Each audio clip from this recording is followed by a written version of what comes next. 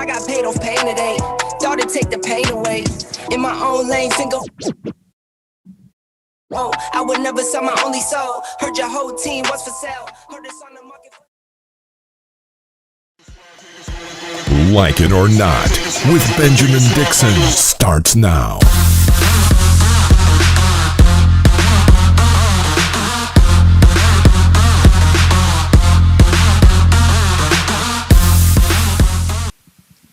Good morning, people. Brother Ben, good morning, son. What's going on, Brother James?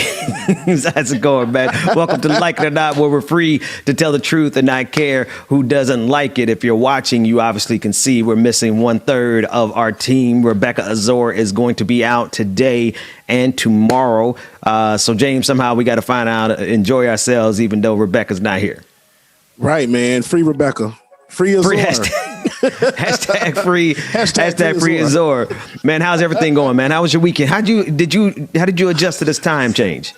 Man, so for one thing, dude, I'm not going to tell you the story. I almost feel like Rebecca. I have a story, but the weekend was very interesting, to say the least. I mean, it was still turned out good. It was a good weekend. Then the time change on Saturday, I decided I wanted pizza, and I can't share all of that part of that story, but I wanted pizza. Say that one for the patron party. That's the patron party. Yes. Yeah, we had to share that one there. Let's just know that when I went to go get pizza, it was one something. Then once that 2:00 hour came, boom, 3:00 hit. I'm like, what the hell? And I was all messed up. And then I got stranded up there at the pizza place. It was just a whole ordeal. It was a lot. It was a whole lot. Oh, you got stranded, man. What you doing getting stranded, man? You too grown, too old to be getting stranded. The car situation stuff. Man. Oh, you can't. Okay. We'll leave it. Yes, we'll leave it there. Yes. Yeah. The car situation, but it was a car situation mess up on my part. Okay. Man, I didn't. You know what? It's weird because I know we lost an hour of sleep, but I feel like I felt like I gained an hour of sleep. I don't know how that works. Like normally this time of year I'm miserable, but I guess it's because I'm not. Normally this time of year I'd be out in the streets, but I'm not. Right. So it was easy for me to just kind of wake up in the morning. I'm like, oh. Lost a whole hour of sleep, but it was fine. So nothing eventful for me, man. Just another weekend of doing my dad thing and all this stuff that we do around here. So no exciting stories for me, and that's why I like to keep Rebecca around because like my stuff is just boring. Like I wake up, I cook breakfast, I do some work, I do the show, then I go back and do some more work. And then I could, I'm just with the kids, making sure they're reading some books and all that, and that's it. So that is my life story. But wait till I get this vaccine, man. Right. Dude, I did I did like 5 or 6 pre-registrations. Though. I'm not going to lie to y'all. I'm trying to get this mother sucker as soon as I can. As soon as possible. Shout out to everyone in the chat room. Be sure, and all the different chat rooms, be sure to hit the like, share, and subscribe button. Make sure that you're getting all the notifications for Like It or Not. Speaking of vaccines, James, there is nearly half of U.S. men who identify as Republicans said that they have no plans to get the coronavirus vaccine, according to a new poll released on this past Thursday. The poll found that a higher amount of opposition amongst Republicans, with 41% saying that they would not get one of the 3 federally approved coronavirus vaccines, and 49% of Republican men said the same. 50% of the GOP men said that they would get the vaccine or had already gotten it. So it's like straight down the middle with Republican men saying that they're not going to get. So to me, honestly, oh, well, that's too bad for them. I mean, it's like natural selection, right? It's like it's the Darwin Awards. If they have, and this really speaks, man. This really speaks to how politicized this pandemic is. And the more I think about how politicized this pandemic is and how committed these dummies are to their politics, to the point where they are really going. I mean, coronavirus isn't going to go anywhere anytime soon. And it's not as though the impact of a person who's not vaccinated is going to be lessened because there's fewer people with it. No, these men are Republicans are setting themselves up to die. Because, I mean, let's just be real. Like, some of them are some walking comorbidities. Like they out here, you know what I mean, going to Golden Corral. They out here. I saw a whole bunch of these, and I know they're Republicans because one, they weren't wearing masks. Two, is Georgia. Right. And three, they were older white people. So nine times out of 10, they were conservative. I saw them all going into Cracker Barrel. I'm like, bro, imagine getting coronavirus and dying because you had to go to Cracker Barrel and eat some of their janky grits, right? But this is where we irony. Right. Like, I mean, they're not even in the conversation of sugar on grits. They just got these watered down grits at Cracker Barrel that they going in there, and they don't want to get the vaccine because but here's the thing. Here's the gag, James. Donald Trump got the vaccine back in January. Oh, wow. So while they're trying to make a political statement saying that they won't get the vaccine, their leader, who they worship, got it already. What you think about these dummies, man? Chilling in Mar-a-Lago, Mar-a-damn-Lago, as my daddy would say. But man, that's okay. It's a couple of things I feel about this. For one, this is the zombie apocalypse happening because those Republicans that don't want to get the vaccine, they're going to be the zombies. So here it is. We're thinking that if I get the vaccine, I'm going to turn into a zombie. No, it's going to be those Republicans and we're going to be good. But to me, it makes absolutely no sense. Why would you not want to get the vaccine? Oh, I answered my own question. They don't even believe coronavirus is real, dude. So those people will be the reason that we are still in the damn house in 2021. That's what, right? 2022 at that, for that matter, right? 2022. Like we're almost at the point where we can see some kind of group activities in the summer, right? July 4th was what Joe Biden said in his last speech, and that's just on a small scale basis. But in terms, I mean, and you think about where these guys like to go, right? Let's just play this out. Like, these are the guys who are going to be sitting at the bars, spreading coronavirus amongst each other because I'm gonna be vaccinated. I might be at the bar, but I'm gonna be vaccinated, right? They're the ones that's all at all the strip clubs, right? Spreading the stanky breath coronavirus, getting people sick who didn't. And here's the other thing. There is a percentage of black people who are also saying that they're not going to get the coronavirus. It's a much smaller percentage. I think it was around 29%, if my memory serves me correctly. So there is going to be, for a long time, people still dying from the coronavirus because they simply refuse to get vaccinated. And man, I mean, like, we've got millions of people have now gotten vaccinated. Over the weekend, there was one day alone where we vaccinated over 4 million Americans, right? And so the odds are in our favor for everyone who is as, I can't say I'm superstitious, but I sure wasn't going to be the first one in line to get the vaccine. Yeah. You know what I mean? Here, Ben. Same here. I sure as hell was not going to participate in the trials.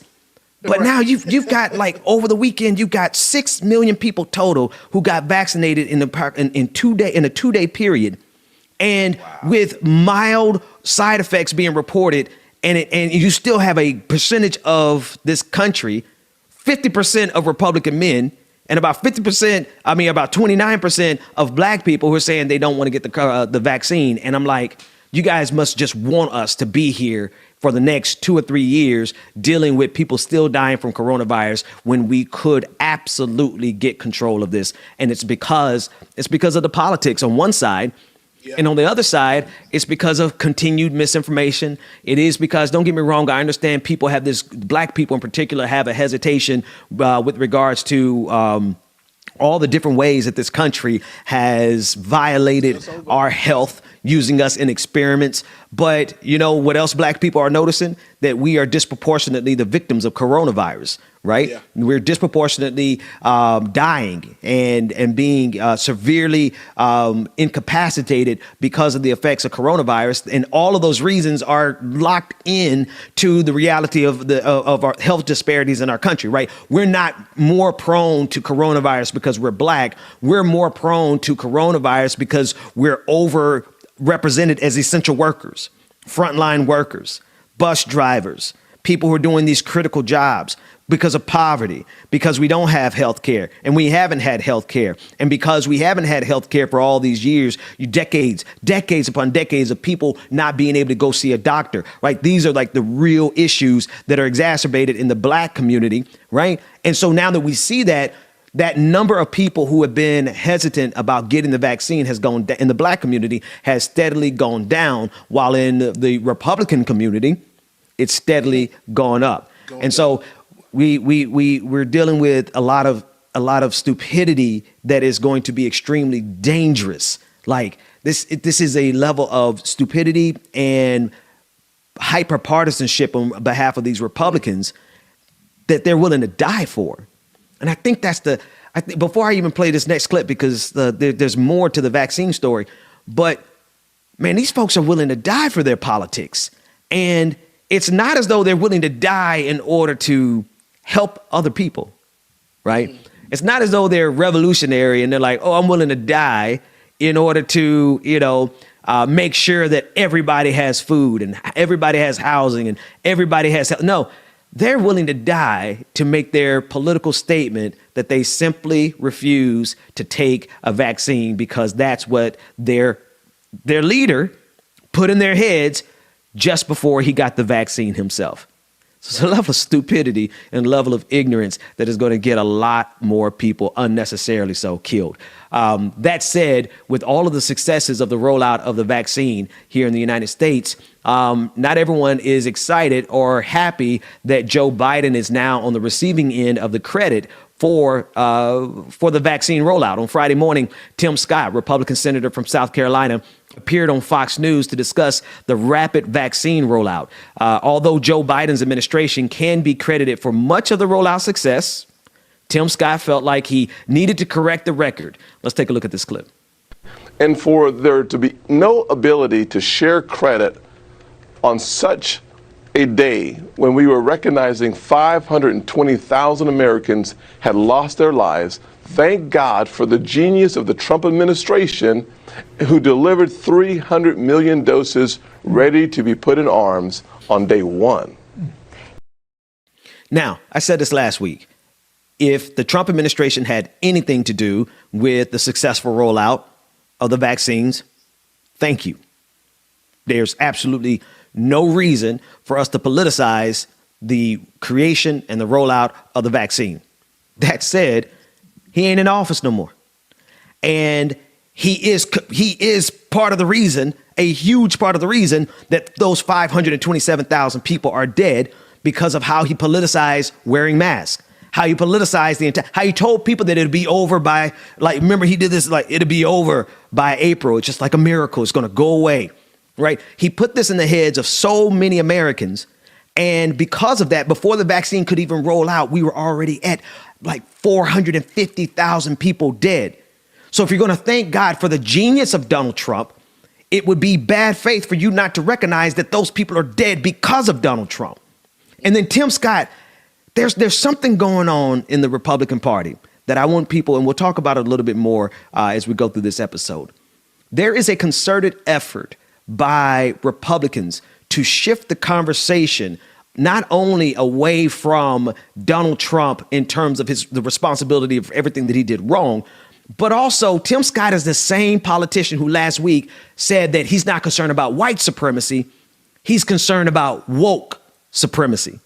So he's escalating the amount of step and fetchery that he's doing, all this cooning and buffooning that he's doing, because he's going beyond just defending Donald Trump. He's going into the realm of, now I'm defending Donald Trump by also attacking blackness head on, attacking the idea of wokeness and calling it woke supremacy, right? And the idea that anyone who is challenging this system, we are ourselves an example of supremacy, right? So this is just part and parcel of the role that people like Tim Scott play in this country. And he couldn't, for the life of him, actually do anything but kiss Donald Trump's ass, even though Donald Trump is no longer in office, which just is, I don't know, man. What do you think about this clown, man?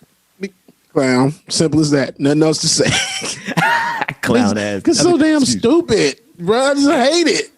And it's stupid, and it's unnecessary in terms of what needs to be done right now. Right. Like, yes, what man. needs to be done right now is that he needs to go and convince those 50% of Republican men, right? If you want to talk about the genius of Donald Trump, why is Donald Trump and Tim Scott and all the rest of the Republicans not helping their constituents understand the necessity for this vaccine?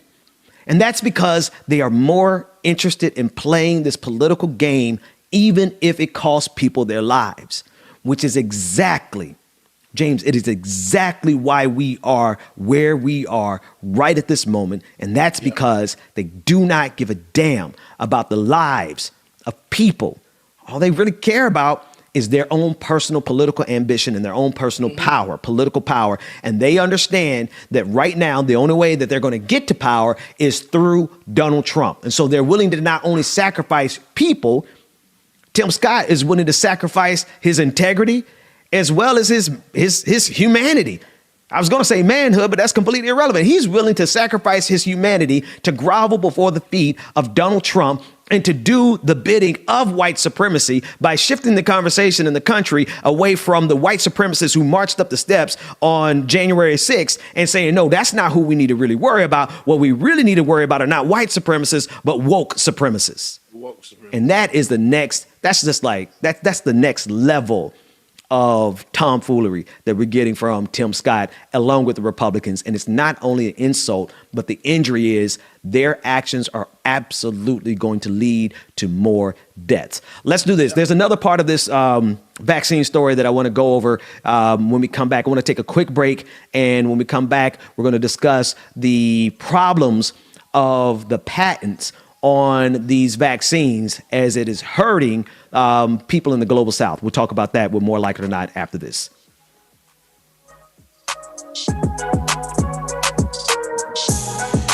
Welcome again, everyone. Monday morning, March 15th. Hope you're enjoying the episode thus far. I am DJ Exclusive, y'all. Good to see everybody this morning. Shout out to everybody that's checking us out in the chat room. And as usual, we're going to give you some of this good music.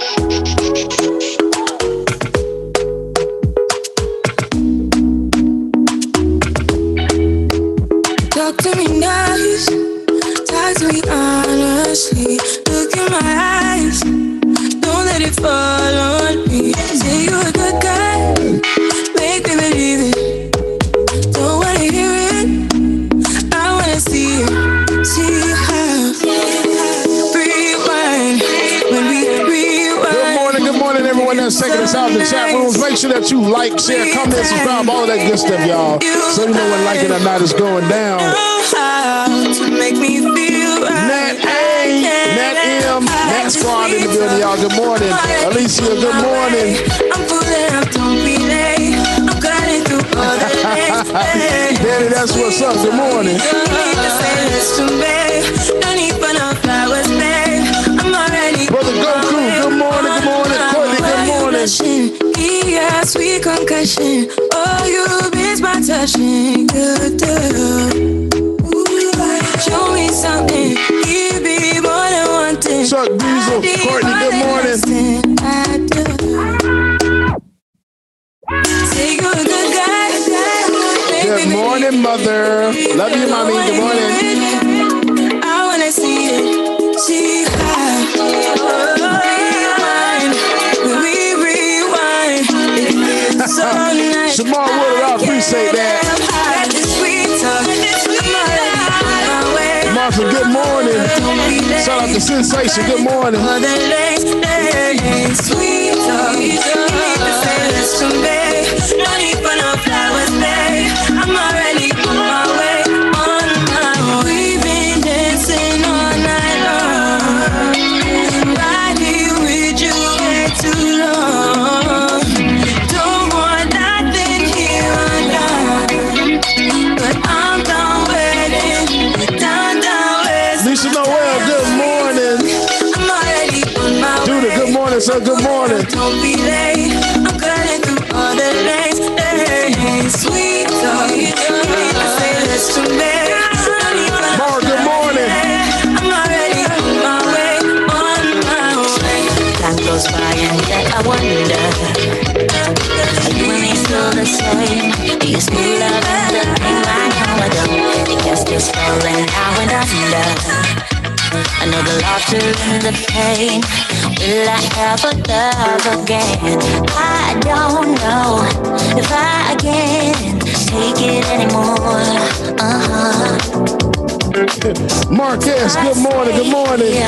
And hold my heart. Shout out to everybody that's checking us out on Twitch, Facebook, YouTube, y'all. Shout out to y'all. We appreciate y'all. Promise to myself, and I repeat it in my head. Set your mind free. Set your mind free. No one knows what I've been through, but this is the end of me and you. Set your mind free. Made a promise to myself, this time I will keep it. Where there's a will, yeah, there's no way. With every smile, with every tear, I know Hey, get a 9, good morning. I'm gonna see you brighter day. Oh, oh,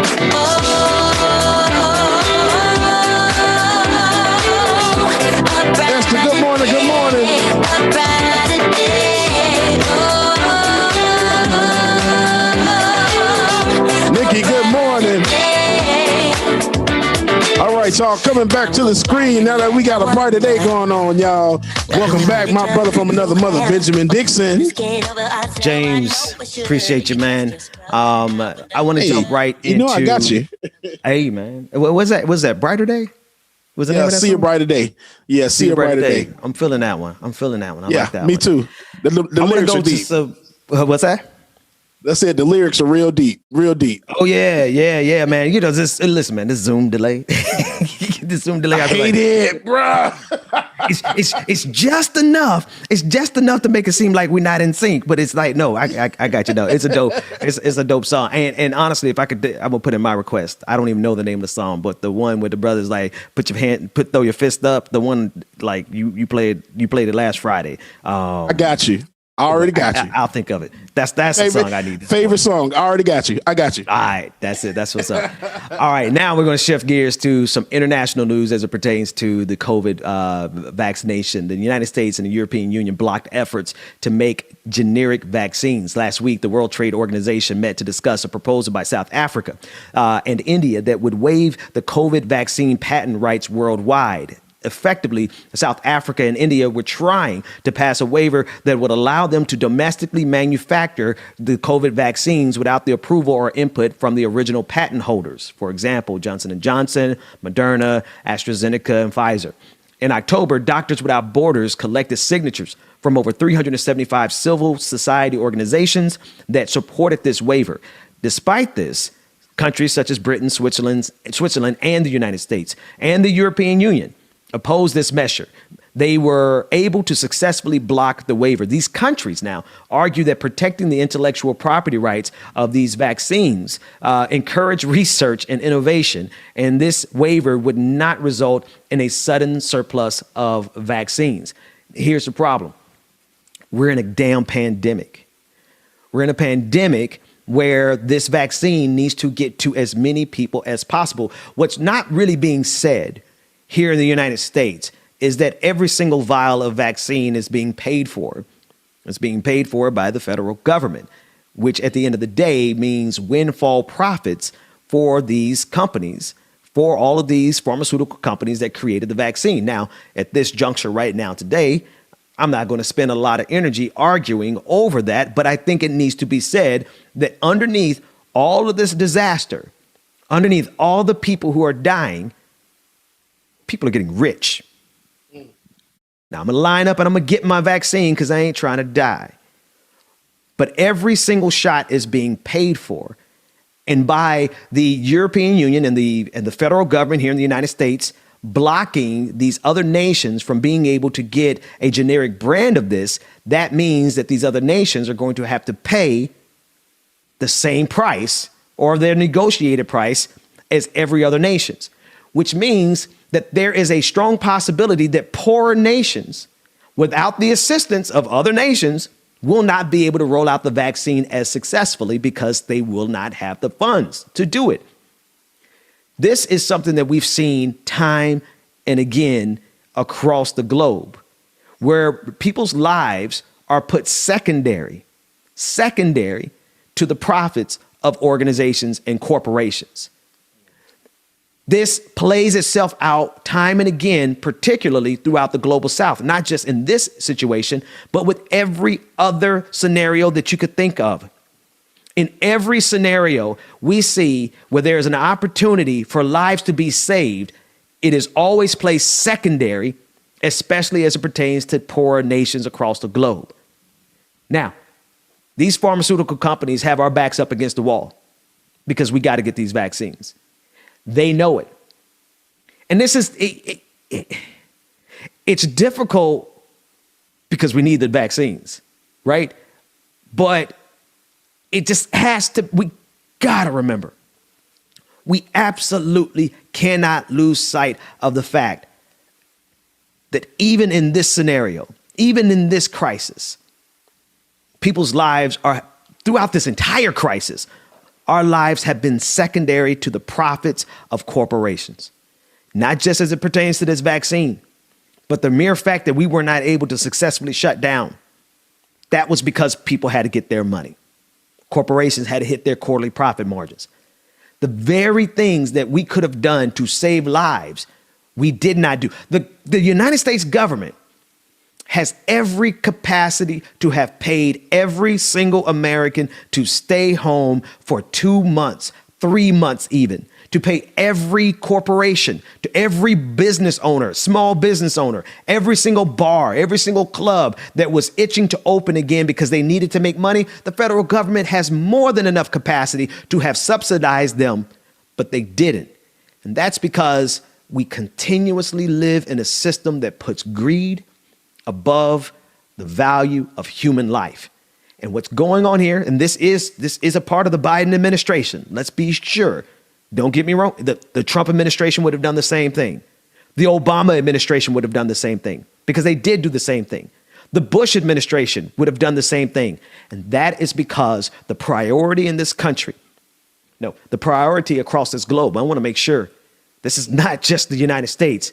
This is endemic to every single nation that puts profit before their people.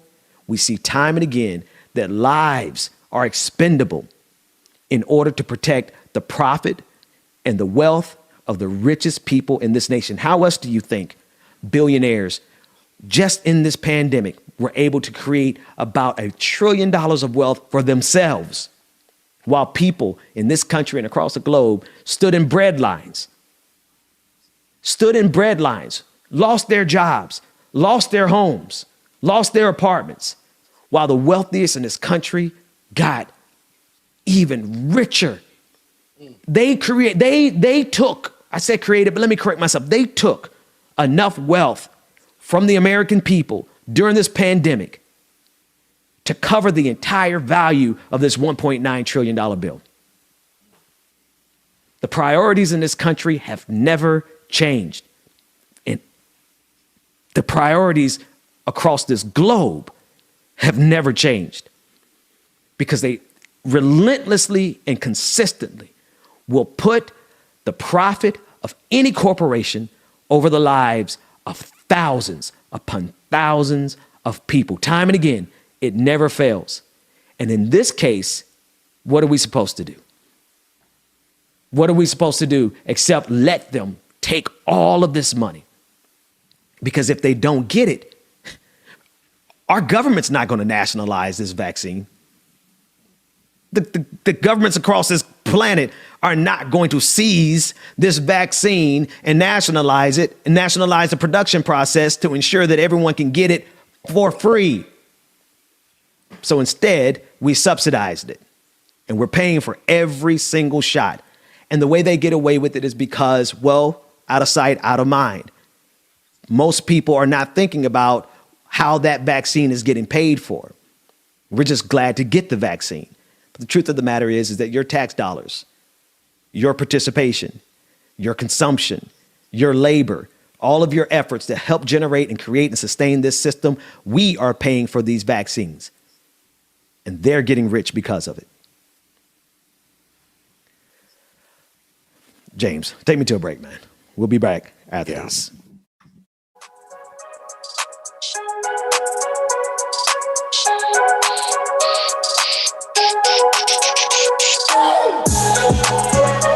I gotta tell y'all, when Ben get up there and start doing his thing, my brother kills it, y'all.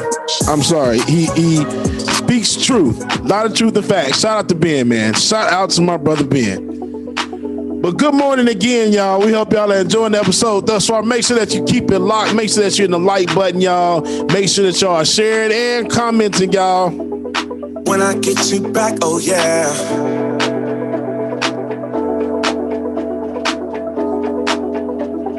When I get you back, oh yeah.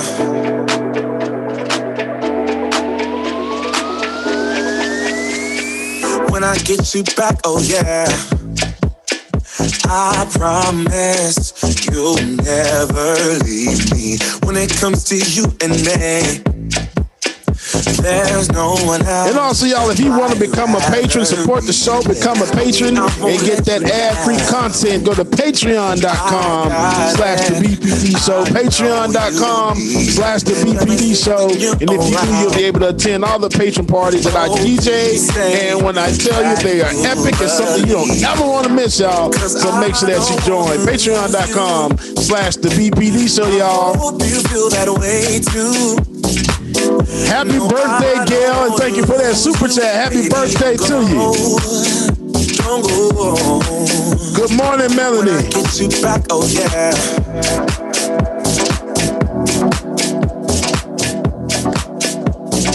When I get you back, oh yeah.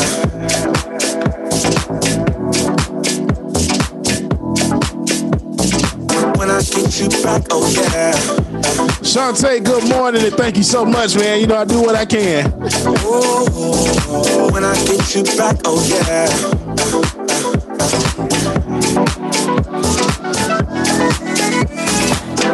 Cause I don't wanna lose you.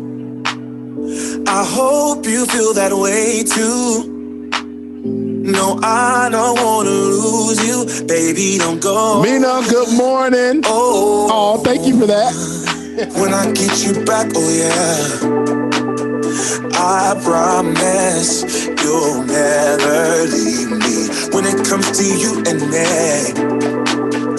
there's no one else I'd rather be with. I could really use a change of scenery. Yeah, everybody's smoking all the greenery. Yeah, clothes and matches they were handed down to me, but I'm still fly. I'm still fly. I know. I'm still fly, let's go.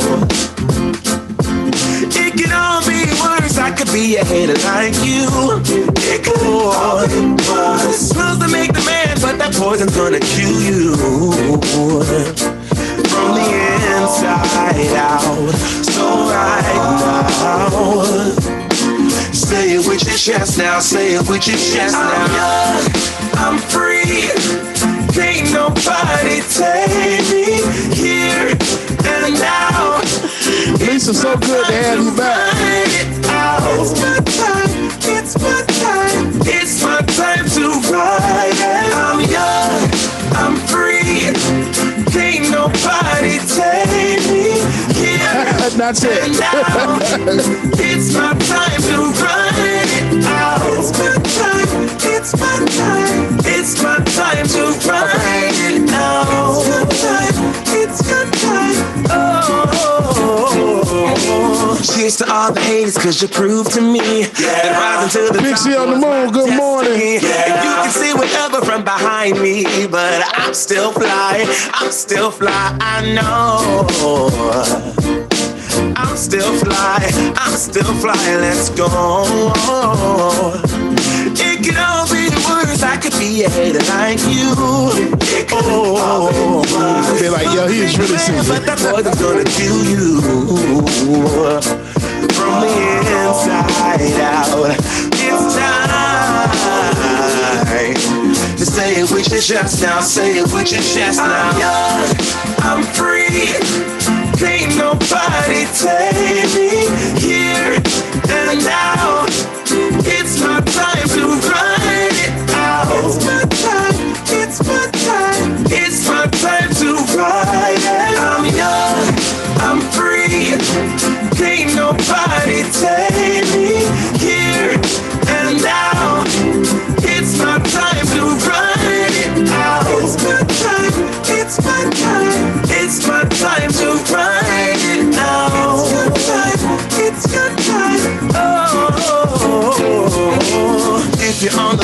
say yeah. Yeah. If you're on the train, say yeah. Yeah. If you gotta walk, say yeah. Yeah. Everybody's going somewhere. Yeah. Young or old, I really don't care. Yeah. Life has never really been fair. Yeah. So put your fist up in the air. Yeah. Say yeah.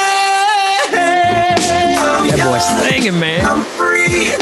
Hey, Ain't nobody That ass is my favorite song, dude. here. it is. It's a good one.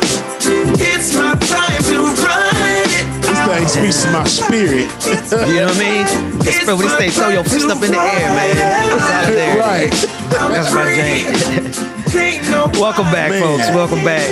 Oh man, that's a good one. That's a good one to set the mood right. Speaking of setting the mood right, I want y'all to take a look at this sister. I assume that she's filming. She filmed this from the UK because of her accent, but she put a nice ribbon around the story of the royals and Meghan Markle and all the last weeks of shenanigans. Just take a listen to this sister break it down as to why they need to get a new social media manager. Take a listen. Hilarious videos on Instagram. Who is doing the royal family's publicity? They've got to be 178 years old. Whose idea was it to send out Prince William? Go quick, get out there and have a black woman walk behind you quickly. The day after the Oprah Winfrey interview, the palace's social media was posting pictures of Prince Charles with black people.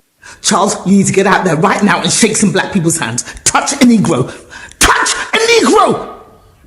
If you really want to prove how non-racist you are, how about you release a proper statement? Not that weak-ass statement that you guys released the other day. A real statement conceding to the fact that there may be some racism in the royal family. A family whose entire wealth is based on colonialism and people theft. A family whose crown jewels collection is comprised of diamonds stolen from India and South Africa. A family who married off cousins to maintain the purity of their bloodline. There may be just a little bit of racism in the family. Just a touch. I can't wait till Harry and Meghan's baby is born. I hope she's born with beautiful chocolate brown skin, brown eyes, 4C hair. In fact, no, I hope she's born with locks. I want her to have dreadlocks straight out the womb. Then we'll see how non-racist the royal family are. Okay, so that is Gina Yashir. She's a comedian from the UK, and I'm gonna pretend like I knew who she was, but I just read it in the comment section because I didn't know who she was. My bad for not knowing who she was. But that joke was funny to me. She said she wanted to come straight out the room with dreadlocks, bro. When she said, "Touch a Negro, touch a Negro." Well, you got a pretty good British accent. She said, "Touch a Negro." Touch a Negro.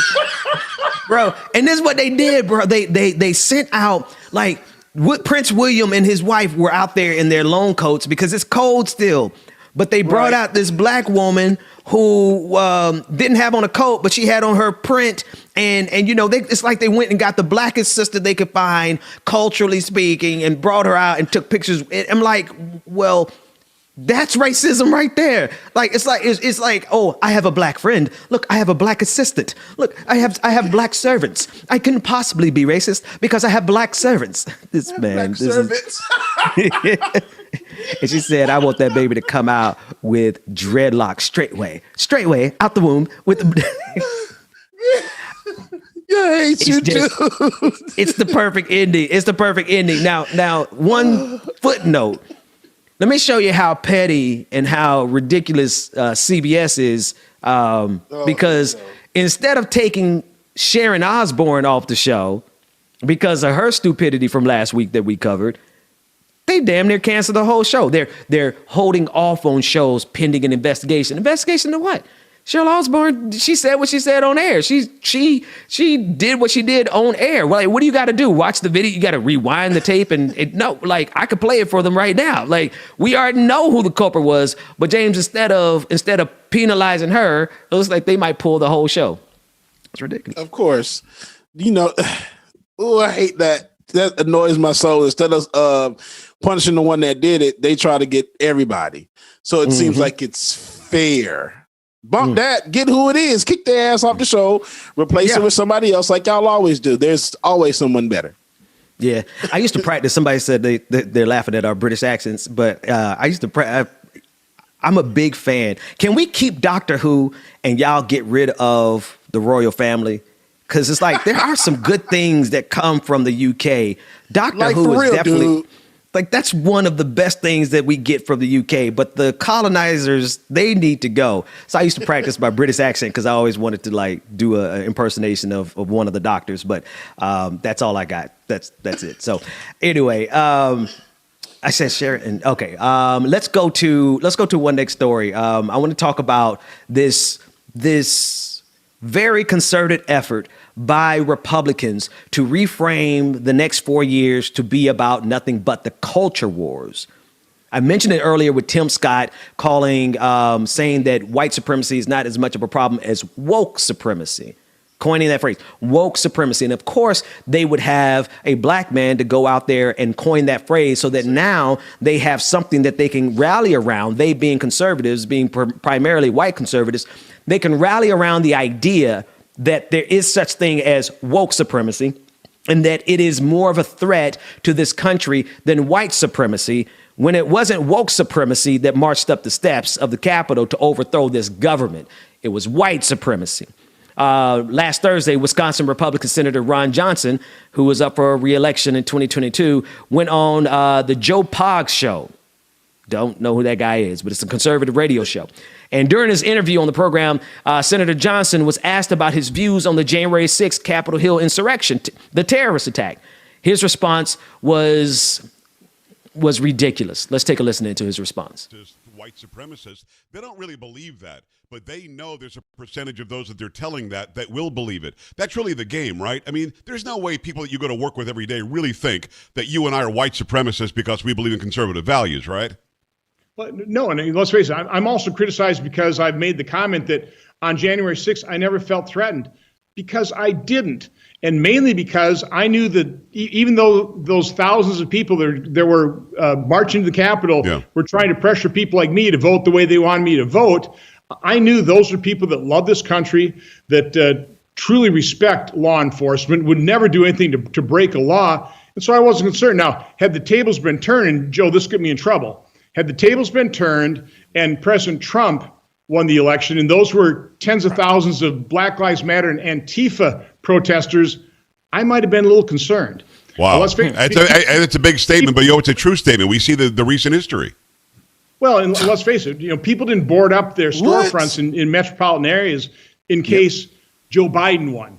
And now you take a look at what's happening in Minneapolis with the trial. All right, let me put a fine point on what this man said. He said that the people who stormed the Capitol on January 6th, quote, love this country, truly respect law enforcement, as they actually tried to kill law enforcement, but I digress, and would never do anything to break the law. They literally broke the windows of Congress. They broke laws, all the laws, but he completely ignored all of that. He ignored the fact that police were attacked. He ignored the fact that 5 people were killed. And during the interview, Johnson also called for states to sue in order to block H.R. 1, the voting rights legislation that also bears the late John Lewis's name, and empathize with Derek Chauvin, the police officer charged in the murder of George Floyd. James, you can't be more transparent than this. Because he said, I wasn't afraid. You know why he wasn't afraid? Because that was his cousins and them. He wasn't afraid because those were his people. He wasn't afraid because they are all white supremacists. And why would he have to be afraid? He's right. Why would he have to be afraid of people who are there to do his bidding? But instead, he was going to be afraid of Black Lives Matter. This has got to be the most transparent example of racism and white supremacy that I have ever seen. But yet they're stating it as if it was a virtue. They're stating it as if they're saying the host was like, oh, that's a big statement there, but it's definitely true. Right. I don't even know what to say other than I don't know what to say about this, man. My face, man, because that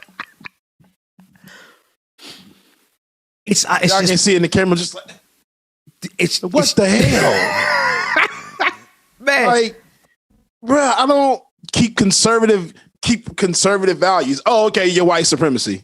Let's just say it. Let's just call it out. Yeah. Your conservative values, white supremacy. Thanks. Yeah, man. And this is the pinnacle, right? This is the transition that's happening in this country. We played a clip last week of Tucker Carlson as he was attacking the military, and now you have conservatives who are calling for half of the defense budget to be cut.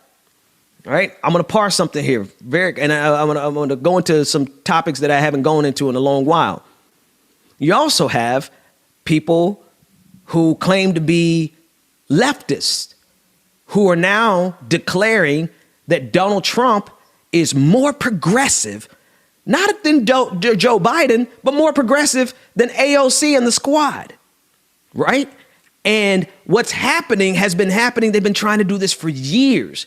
What they're trying to do is make an alliance between the left and the right.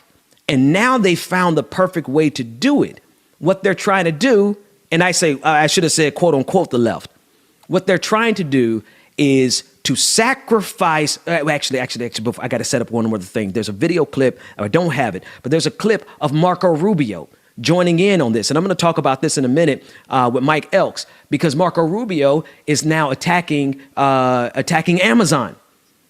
And he's not attacking Amazon from the angle that you would expect. He's attacking Amazon on the side of labor, ostensibly. But the way he's attacking them is because he's calling them woke supremacists, calling Amazon, saying that Amazon is doing all this woke stuff, but they're hurting labor. Now, you gotta care. You gotta walk with me on this, because obviously Marco Rubio doesn't give a damn about labor, right? Marco Rubio is part and parcel of the right to work movement across this country. The state of Florida, it's a quote unquote right to work, which means that you could be fired for anything. They don't give a damn about the labor movement. All they really care about is how they can put a divide in the left of this country, how they could divide and conquer. And the way they're doing it is, oh yeah, no, we're totally against rich people now, so long as you guys don't bring us your wokeness. So long as you don't bring us your identity politics, so long as you don't bring us anything that's going to help liberate people, right? So now you have big time, big name, quote unquote leftist journalists who are attacking the trans community, the bi community, right? And then simultaneously, Glenn Greenwald declaring that people like Donald Trump, or not Donald Trump, who did he say? He said Steve Bannon, right? Donald Trump's henchman, that he's a socialist, right? And so what they're doing is they're muddying the waters to try to convince as many people as possible that the right, that conservatism is exactly the right place for the leftist movement to be. It's completely asinine, but they have been trying to do this for years. For years, they've been trying to find a way to make an alliance between disillusioned leftists and Nazis on the right. You even got this super famous Tim Pool, this guy who's famous on YouTube. And now he has been a conservative who has consistently and relentlessly attacked Black lives, consistently and relentlessly done the bidding of corporations in the top 1%. This is the thing. Like, you got all of these Republicans now who are trying to use populist rhetoric to declare themselves to be on the side of working people. And what the left has to give up in exchange is the idea of liberation, the idea of quote unquote wokeness, the idea that we should be concerned about the identities of people because this country has attacked us specifically about our identities. I'm going to go into this a whole lot more. Because it is a concerted effort that's being pushed all around us. And it goes all the way back to Tim Scott. Tim Scott coining the phrase woke supremacy. And what we're going to see is people who are now willing to sacrifice the identity and the liberation of marginalized groups in exchange for right-leaning national socialists who declare that they are in favor of the working class, when in reality, all they've done is found a nice way for them to make you angry without you fighting for liberation anymore, without us fighting for on behalf of marginalized communities. If we are willing to give up our fight for immigrants, our fight for the LGBTQIA community, particularly the trans community, if we're willing to give up our fight for anyone's identity, fight for Black lives, if we are willing to give that up, then sure, Republicans say they'll write you a check. They'll give you a handout. All the while, they're going to continuously be doing the bidding of capitalism and imperialism in this country. When we come back, we'll be speaking with Mike Elk specifically about the labor movement and what's going on in Bessemer, Alabama, with Amazon. And we're going to contextualize it for this new move from Republicans who are trying to make it seem like they are on the side of working people. We'll be back with more Like It or Not after this. You can't kill my confidence, I think I'm the man. Tally all the I ever gave on my head. Lately I've been living like I can't take a loss. They ain't wanna help me, that's what made me a boss. You can't kill my confidence, I think I'm the man. We don't give a Shout out to everybody this morning that's checking this out, y'all. Make sure that y'all are hitting that like button, y'all. Comment, share, subscribe, so you know when Like It or Not is going down, y'all. Hope everybody is having a good morning so far. Trust me, it's only going to get better. It gets as good as you're going to. So control your own day. For them feelings, I throw all my pain on percussion. This disgusting. I hear them bragging about that they did, and it do not move me, not in the least. They ain't been dropping no seeds in the soil, but swear that you on my spot at the feast. I've been on go mode, show mode, showboat, rowboat, wave ride. Cool shorty, too naughty, pool party, wet for the face ride. Annie up, penny down, hand me down, thrift store, old Chuck Diesel, make sure that you move your furniture out the way, please. I'm on they now, can't get a pass now. I'm a cash cow, keeping it brash now. It's trash now, I'm a spaz out. I've been killing my lows and living on highs. You see in the skies the proof. You can just see in my eyes that there is no lies. I cannot disguise the truth. I've been ducked off, getting in my new merch, colored duck sauce on the new couch with my Chucks on. Get the on with that hate. I'm big cool on the small chat, cause I know now that Nick, I like this one too. Guy on the ball cat, get the out of my face. Talking to my mirror like I love you so much. Curving on my critics like I heard you, so what? You can't kill my confidence, I think I'm the man. Tally all the I ever gave on my head. Lately I've been living like I can't take a loss. They ain't wanna help me, that's what made me a boss. All right, Purple Rain Hearts, you better do that Cabbage Patch. We don't give a that's what they don't understand.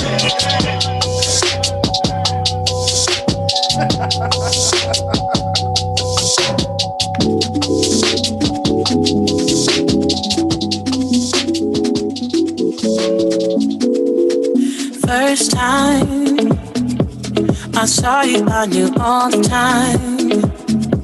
Truth the Dragon, you know I got you. And in the way you Susan, good morning. I get nervous when you get close and my heart fills up with butterflies. And then make sure I start y'all morning off right this morning. My world turned upside down. Just say that you won't go and break my heart. Break my heart, don't break it now. Remember, it's the only one I've got. The one I've got. Don't break my heart. Don't break my heart. Now I'm ready to go out to the club like for real, man. Seven, sweetheart, good morning. Wanna tell you how I feel instead of keeping it all inside. So hard with you, I don't know why. Believe me, Brenda Johnson, good morning. Try when you're near me. My heart fills up with butterflies, and then you leave me speechless. My world turned upside down. Just say that you won't go. Ben, I heard that note, Ben. Break my heart. Now. Remember, it's the only one I've got. I like that. The one I've got. Don't break my heart. Don't break my heart. Everybody got that one run they can do. That's it. Don't break my heart. Ooh, that's it. Just say that you won't go and break my heart. Break my heart. Oh man, yo. Man, look. I got a little run. I can't now. Listen, I am no Rebecca Azor, Right. and I definitely won't sing on here for people to hear. I do it behind the scenes. But bro, did you see that Kirk Franklin video? Yo, I couldn't let the day go without talking about it. Not wrong, dude. Kirk Franklin was not wrong. And then I heard he apologized. Man, Yeah, no, he put a video out apologizing. I saw him apologize before I even saw the video, right? Of what his son put out. And then I went and saw what his son put out. And I don't know how light of it I'm gonna make, because I feel okay, first of all, if there's anybody who's gonna do some special pleading and make exceptions for anybody, it's gonna be me making exceptions for Kirk Franklin. Cause man, I've been standing Kirk Franklin since hell I was 14. All right, so I'm grown as 40 years old man, just 7 years older than his son, 33-year-old grown man. But I do feel some kind of, because I'm like, man, where do you have to be in your relationship with your kids to have to talk to them like that? Don't get me wrong. If I had to, I probably would too. But I just think of like, what? But see, here's the thing. Kirk, for people who don't know, Kirk Franklin is a gospel artist, right? And when we chop this video up, we'll put in all the things that we're referencing. He's a gospel artist, and his son put out a video this weekend. His oldest son, who's 33 years old, put out a video this weekend of Kirk just cussing him out like a dog. And there was one part of it that I was like, I got to sample it, because he was like, don't you ever,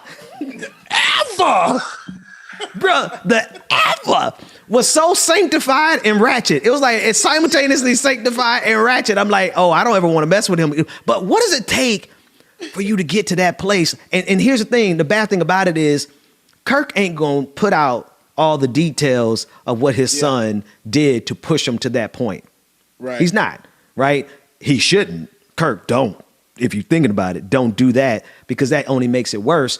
But this leaves him looking like a verbally abusive parent, right? It leaves him looking like this is because obviously the way they talk to each other, this must be the nature of their relationship. And Kirk said as much. He said they had a toxic relationship and they're trying to get they were getting counseling. They even called the counselor to be on that call, but his son didn't share that part of it. But anyway, like I think people didn't realize that that the gospel choir singer will cuss you out for filth. I'm sorry. Hey, all right. Kirk turned into Plies, bro. And then Plies. Hey, did you see Plies' tweet? Plies was like, "That wasn't my dog. That was me. That was me." I take full responsibility. He's like, Plies voice up here. Hey, that wasn't Kirk. That was me. No, baby. But he showed transfer. All right. Let's bring. I'm gonna bring it in. I want to bring to the screen our first guest, who absolutely has nothing to say about Kirk Franklin, but has a lot to say about what's going on with labor movements across the country. His name is Mike. Hey. I might not have a lot to say about Kirk Franklin, but I got a lot to say about Kirk Flood. And Kirk Flood would have been in this kind of fight in Amazon, Alabama, because that's what he did. Hey, man. Listen, Mike. Hey, thanks so much for joining. Hey, you want to talk about Kirk Flood? We can talk about Kirk Flood for a couple of hours. I mean, be careful what you wish for here, Hey, man, I'm trying to introduce you. Mike Elk is a labor journalist and founder of Payday Report, which covers labor in news deserts.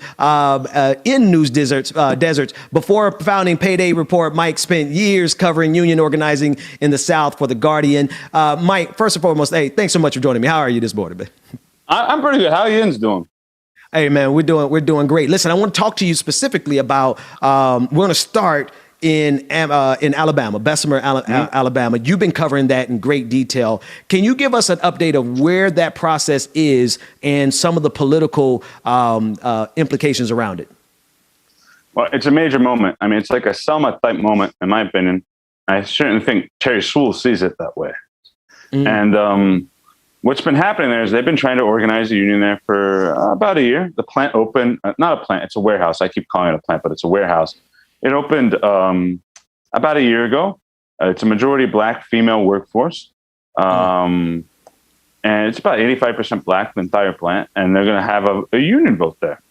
And what's happened is that Amazon has fought back in all these wild ways that you see union busters do all the time. They hold these incredibly manipulative meetings with people where they say, oh, hey, you vote for a union, the plant might close. You might lose your job, buddy, but look, open door here. You can walk in the door any day with me, And that's a lot of what's going on right now. They hold these meetings, and I've seen these meetings. I've been in these meetings where they say, they bring in these guys. What's incredible, I think, about this story is that the majority of the management at that Amazon plant in Alabama is white. Majority. It's 85% black workforce. It's not a culturally competent management in any way, but they decided, if we're going to bust the union, we're going to bring in black union busters. We're going to bring in corporate lawyers from Morehouse to do this. And that's what they're doing. That the divide and conquer tactic is a pretty standard move in union busting. And one of your recent reports, you published a piece called "Amazon Offers 2,000 Resignation Bonuses to Bust Union Drive in Alabama." Tell me about that particular technique that they're trying to use. Well, let's think about it this way. There's a lot to unpack here, but imagine the job at Amazon for Birmingham. Isn't that bad of a job? They call Birmingham the Pittsburgh of the South. I live in Pittsburgh, and when I went down there to Birmingham, I was like, wow, unions are a lot like us. I mean, you're, Southern Appalachians, we're at the northern tip of Appalachia.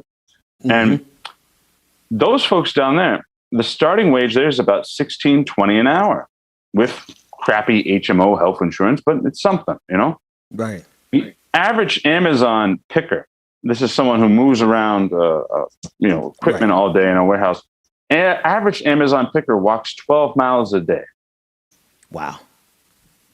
So if you're a young guy, particularly, you're a young black guy right out of high school, you didn't go to college or anything like that, you can go out to Amazon and get a pretty flexible job, making about $16.20 an hour, and then overtime. So you can easily be working as a picker and make $40, $50K a year. That's not tough. And for a lot of folks, getting that kind of job, it changes their life, as you can imagine. Right. The minimum wage in Birmingham is what, $7.25. The city of Birmingham has tried to pass an increased minimum wage, and then the state overrode it. And so, yeah, it's a very, very good job. And so what they go around to guys and they start saying things, and I've heard this a million times. What they say is, if we get a union contract, some people might do better, but you might do worse, because when we get a union contract, we start all over. It's BS. Because under federal labor law, if you unionize, you can't decrease someone's salary unless you can prove you did it for economic reasons. Right. So they pull this whole manipulative game and they say, hey, look, buddy, my door is always open. Give me another, come in, you talk to me anytime you want to talk to me. I'll give you a raise. You bring in the union, though. Hey, look, we heard you. And I know Ann Feeney, my friend Ann Feeney, the folk singer, compared what management does in these situations to how manipulative men that are abusive to their wives say, hey, come back, give me another chance. Yeah. And that's what Amazon is pulling right now. That's actually a great analogy, and we actually use that analog between politics and relationships on this show a lot. And so I think that is a perfect way to describe it. My question then would be, why do we even go through these games, Mike? Right? Because we know at the end of the day, people need to unionize. Generally speaking, without the propaganda from corporations, people want to unionize because they understand the value of it. But why does the federal government force, why don't we just have unions as a standard in this country versus all the games that have to be played, this song and dance, where you're pitting the people against corporations that have unlimited amounts of money to crush unions? Well, I think, look, I'm a Bernie guy like you are. And I think Biden will change the game on this, in my opinion. I've never seen anything like it in my entire career. You're in these incredibly manipulative meetings where, you know, you're a kid out of high school, you're overmatched against some corporate lawyer, and the corporate lawyer is saying like, oh, didn't you see this case of corruption in your union? And like, yeah, corruption does happen in the union, right? And they'll start saying this stuff. And now what folks are just saying to shut it down is just, Joe Biden said this meeting shouldn't happen. We're not going to get into a tit for tat here. We're not going to, you know, because it's different. Disinformation is what they're doing, right? Right. We're not going to get into tit for tat here. Joe Biden said this meeting shouldn't happen. Uncle Joe. Yeah. And that's a district there that voted 72% for Biden. That is his base. Yeah. Those are folks that just. So instead of being like, because what they so often do in union busting is they paint the people that are the union. Often they do a divide between the young and the old, right? Right. Particularly in a physically demanding workplace like that, they do a big divide between the young and the old.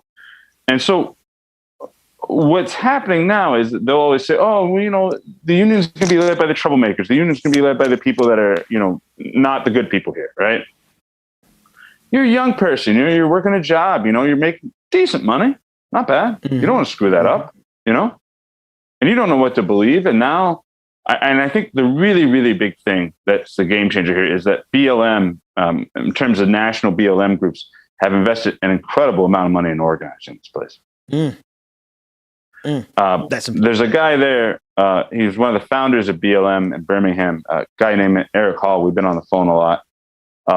He's the chair of our revolution there. And they're running radio ads. And so they're able to come in the door and say, hey, because look, for somebody that doesn't know anything about unions, this could all be terribly confusing, don't you think? Yeah. They're able to come in the door and say, you know, this is a racial justice struggle. What we're doing here, and Terry Swoole, she's a corporate Dem congresswoman there.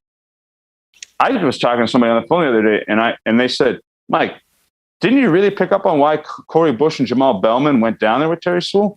Which is that Terry Swoole's worried about getting primaried from the left. She's worried about it. And so she's from Selma, and they're taking this on. I think the administration is taking this on as a Selma moment. They might lose narrowly, but it will make the case for the PRO Act. Right. And Joe Biden, we can say a lot of criticisms of Joe Biden. We've had so many Southern Democrats as president. Joe Biden was the first president we've had ever, because, you know, FDR helped create unions. He was, you know, JFK was from the Northeast, but he was a rich kid. But, you know, Biden was the first guy. He grew up in a steelworker coal mining town in Scranton. He grew up around unions all his life. And like, when I deal with the Biden people, like, they're not best on everything, but they understand unions, if that makes much sense. No, that does. And it's not like you got to walk in the door with them and be like, this is what a union is. And that's a huge. I mean, even the statement that he put out in favor of union organizing. I mean, that was a big help, and I think it's important for us to engage in good faith with the Biden administration and give them their props when they do something that is good. But I want to ask you about one other thing before we get out of here. There is a language shift that's happening on the right, and they are starting to position themselves as if they are the party for and the ideology for working people. And specifically, I want to bring up Marco Rubio. There was a clip over the weekend of Marco Rubio making it seem as though he was coming down on the side of the organizers, the union organizers in Bessemer, Alabama.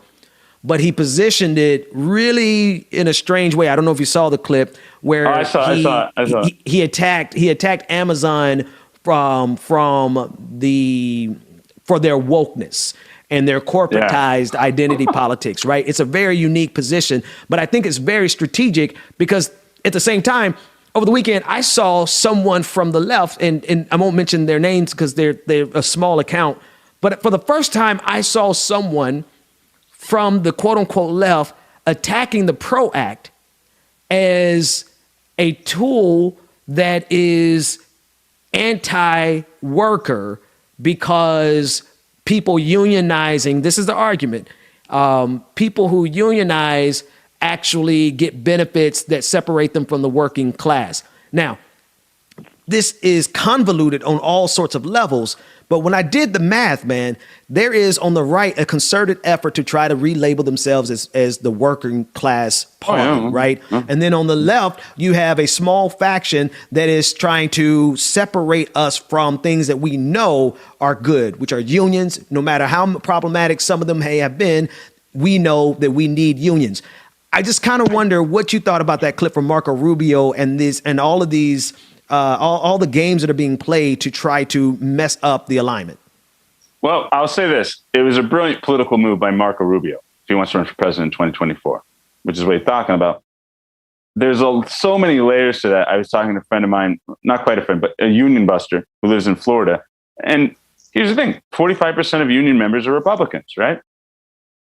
So you have generations of folks who benefit from union contracts, particularly in Florida. You have like construction union retirees from Jersey that moved down there, right? So Marco Rubio, he knows that crowd, but this is what's really, really funny is I started, reading this op-ed and I started researching Rubio. In 1984, there was a massive hotel strike in Las Vegas. The Culinary Union called it. Marco Rubio's dad was a bartender. Marco Rubio claims, I don't know if it's true, but he claims this in his autobiography, that his dad crossed the picket line and that he called his dad a scab repeatedly. No, I mean, isn't that kind of, there's just so much to unpack here. I don't even know what to make of it all.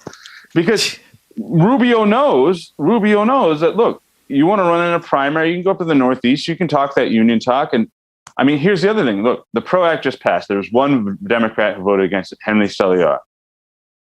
The leading Democrat, who I know, I played ball against him as a kid, was Connor Lamb. He led the fight to help bring it in.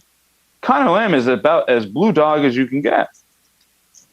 But when I was out covering Connor's first campaign, when he won in that Trump plus 14 district, he'd go out to Western PA, he'd go out to those kind of coal miner types. Western PA, when you get into coal country, similar to Northern Alabama in many ways. When I went down there and they called it Pittsburgh the South, I was like, oh yeah, I get it, And what Connor did is he'd go out there and he'd say, the Republican running against me, he's for a right to work.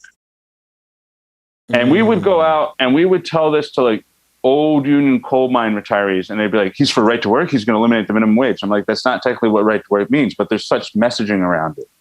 And so when Connor Lamb, who attacks AOC, who goes after her all the time, is on the floor of the House fighting for the PRO Act, that tells you something about the popularity of it. You get what I mean? Yeah. And everybody, I mean, think about this. Bernie Sanders, Marco Rubio, and Joe Biden are united on one issue, which is organizing Amazon. From different places, but I'll take it. Won't you? So, I mean, yeah, I'll take it. But my concern is that the attempt for a realignment and the willingness of some of our comrades to buy into it, because like you said, it's a brilliant move that Marco Rubio did. I agree. It was brilliant, but it's brilliant in an insidious way because he's literally going to undermine unions. He literally is fighting on behalf of the top 1% of corporations. But if he can do it and couch it in populist language, exactly. And so Josh Hawley's totally discredited at this point, right? I was talking with Santelli about this the other day. Josh Hawley's so discredited, and now Marco Rubio has that lane. It wouldn't surprise me, and I was talking with some others later, it wouldn't surprise me if Mitt Romney comes out for the union drive there. There's a whole lane. Like, think about Marco Rubio, right? He's from Florida. He can go get those Florida votes in the primary, but he's got to go up to the Northeast. He's got to go around to the Connor Lamb voters. He knows how to talk to them, because I know the Connor Lamb voters, and they're kind of conservative Democrats who I don't agree with them, but they really like unions a lot. And so Marco Rubio knows that he knows this personally, because in this story in the LA Times I read, he talks about making protest signs during the strike in 84 and calling his dad a scab. And I'm like, when I read that, I was like, this is just wow. Marco Rubio claims in his autobiography he called his dad a scab once. I mean, they're just, he gets it on a deep personal level. It's cynical, but it's brilliant, if he wants to try to win that primary. It's going to be fascinating to watch it play out. We're going to have to continue this conversation as we go. Mike Elk, man, thank you so much for joining me this morning. Thanks for having us on. Pleasure is mine. When we come back, we have more Like It or Not. James, take us to a quick break. We'll be back after this. Shout out to Mike Elk. Thank you so much for joining us this morning. Sir, great interview.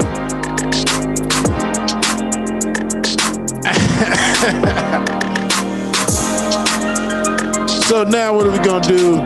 Gonna play, get y'all in the little Motown, or what we like to call independent Motown.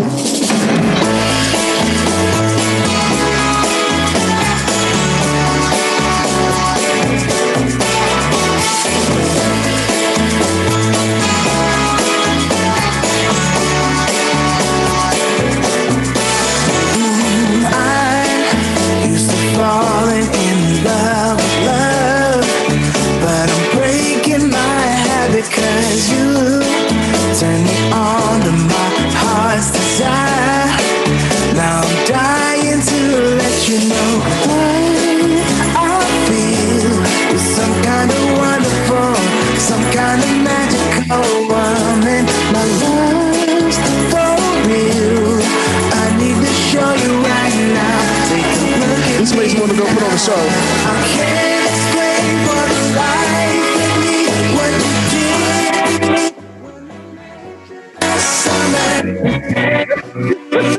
Y'all know how the Temptations used to do back in the day. Don't act like y'all don't know.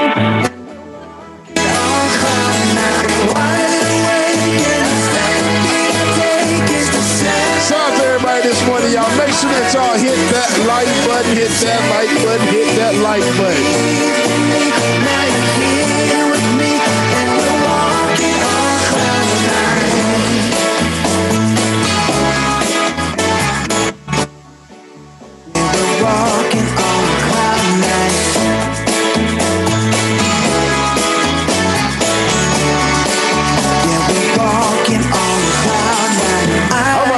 Welcome back to the screen, Benjamin Dixon. It's like I've been waiting Shoo-wop-shoo-wopping. Hey, the way I just bought you on, I feel like I'm like, man, Ben need to do a performance. He's like, hey, man, hey, we'll do it. Oh, man, welcome back to Like It or Not, where we're free to tell the truth and not care who doesn't like it. I want to talk about our sister, Breonna Taylor. And it's been a year, and it has been so troubling to see this story unfold, and to see the games and the manipulations that have been played, particularly as it pertains to the justification of her murder, the fact that we're still waiting and fighting for justice. On Saturday in downtown Louisville and across the country, marchers and protesters marked 1 year since the tragic murder of Breonna Taylor. She was killed exactly 1 year ago on Saturday when Louisville police officers raided her apartment and killed her in her sleep. Her death last year, along with that of George Floyd and so many others, sparked the Black Lives Matter protests that ripped through the country last summer. The familiar chant of "Say Her Name" filled Jefferson Square Park in Louisville, where many of Breonna Taylor's family members and activists gathered to memorialize her and push for justice. I just want us to take a minute and listen to some of Sadiqa Reynolds, president of the Louisville Urban League their speech at Jefferson Square Park. And when I woke up this morning, I thought about how blessed I am. Oh my God. Because I didn't wake up on the first anniversary of the death of my child. Louisville, Kentucky.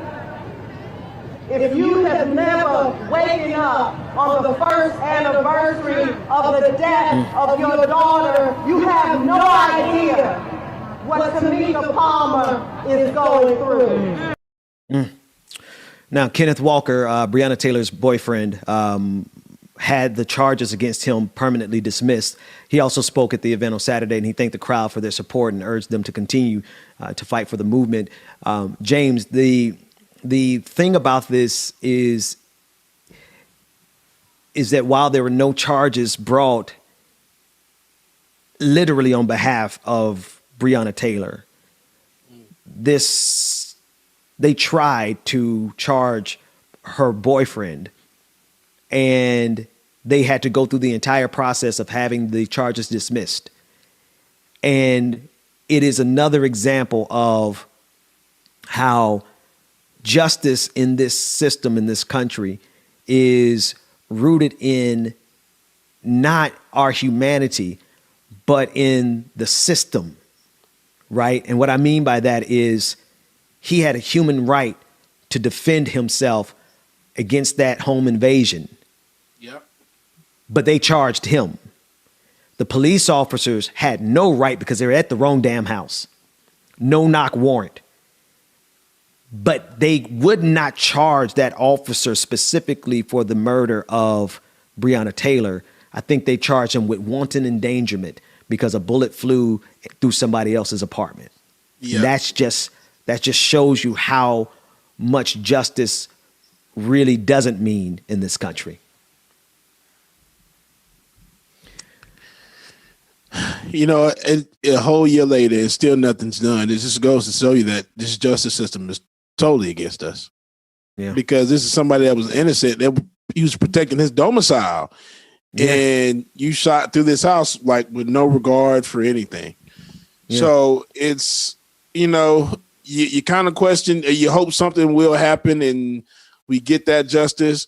But hey, protest, get it done. Because let's not be quiet on this. The justice needs to be served. And let me tell you something, man. This past summer was the moment. Because it wasn't just black folks out there protesting. Mm-hmm. It was your white soccer moms were out there protesting. Yep. Right? They had enough too. And there were, you know, the white soccer moms got really familiar with how this police state actually works, because I'll never forget that one particular sister in Seattle, white woman, who had on her pink bicycle helmet. And she was being swarmed and attacked by the police because she was there on behalf of Black lives. And what troubles me about that moment was the absence of some of the people who be online shouting about revolution all the damn time. Black lives aligned with soccer moms to challenge this police state on behalf and to challenge white supremacy. And the thing is, like, there's literally like there's like one step. All you got to do is from white supremacy to capitalism, there's like just turn that much, and you can make the argument. You can show people that this white supremacist police state is a byproduct of capitalism. This is how it protects itself. But all the people who were online shouting revolution, at that point, they were talking about cancel culture. And so for me, it was my own personal awakening to realize, oh, some of these people ain't really about this revolution. Some of these people, when it came down time for us to actually be about it, because if you add on top of the fact that it wasn't just George Floyd that we protested for, it wasn't just Breonna Taylor, we were also protesting against the police state and the militarized state that Donald Trump was wielding out like he didn't care. Like he was pushing and tear gassing and flashbanging protesters in order so that he can go do a picture with his generals, right? And so it was the exact moment that folks had been waiting on in order to challenge this system at a meaningful level. And people who are talking about revolution right now, people who are talking about force to vote, and all people who talk about all that stuff, they were nowhere to be found. Right. People who are making league with right wing, Glenn Greenwald, I'm gonna call him out as much as I need to. He was talking about cancel culture, fighting on behalf of the white woman from the New York Times. Right? At that moment, when we had an opportunity to unify the righteous indignation of black folks, white folks, and everybody who realized that this police state is not only oppressive, but destructive, folks are worried about cancel culture. And those are the same folks right now who are trying to make league with right-wing. And while I'm doing my best to stay out of that particular fight, I don't think I can, because it represents to me how commodified the ideal revolution is in this country. In other words, people can make money off of it, but when it comes down time for it, they're nowhere to be found. All right, take me to a quick break. When we come back, we'll be joined by David Sirota. We got a whole lot more to talk about, more Like It or Not, right after this.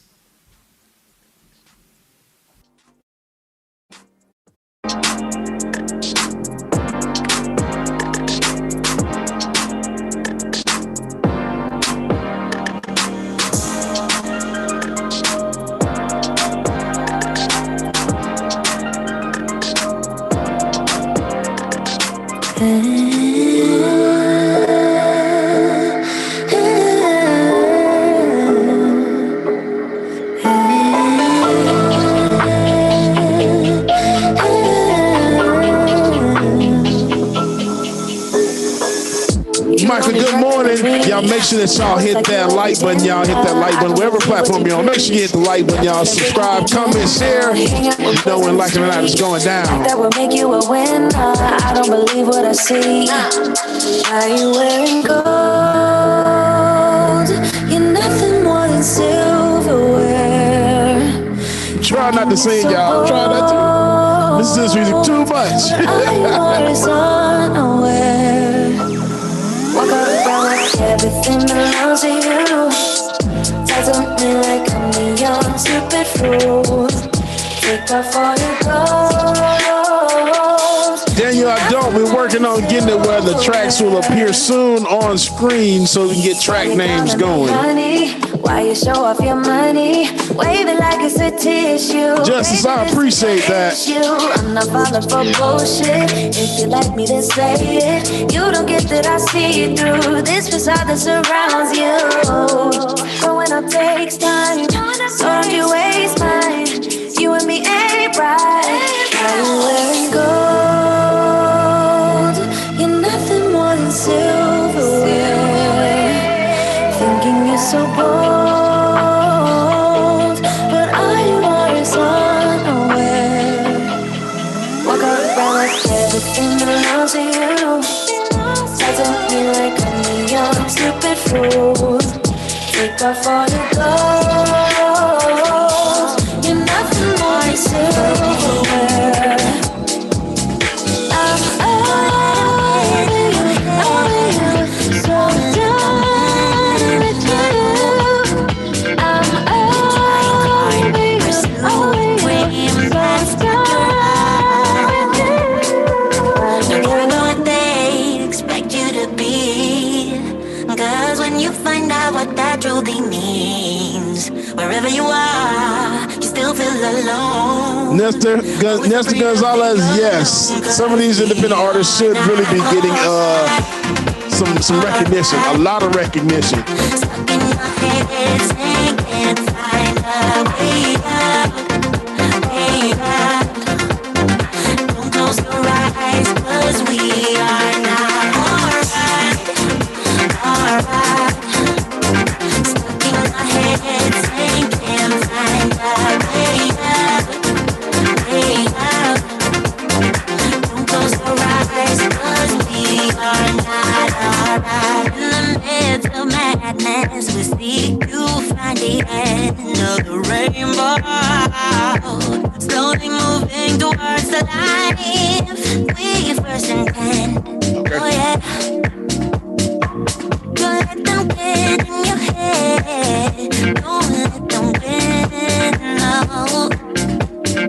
From where I'm standing, this vote, this is Like It or Not, where you're free to enjoy it and not care who doesn't like it. Right, Ben? Did I say that right? No? Cool.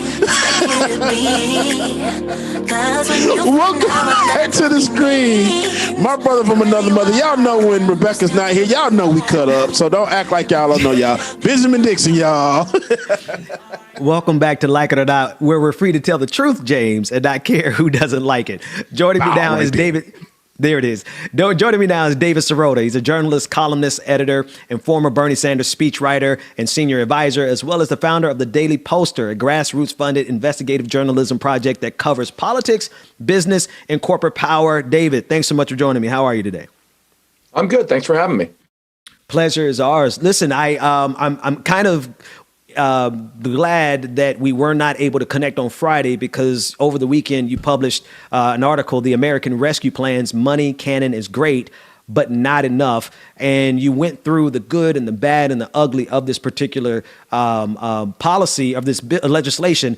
And I actually appreciate how you contextualized it in terms of giving credit where credit is due, but not overstating it.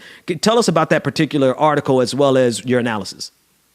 Sure. I think the stimulus bill, the American Rescue Plan, it's indisputable from my perspective that the spending in the bill is really important. That the part of the bill that that spends money on programs that exist, on unemployment insurance, a new child tax credit, all of that is important. It's necessary. It's good. It's direct aid to people. I think I read a stat that about 40 to 45% of the entire bill is just cash out the door to regular people.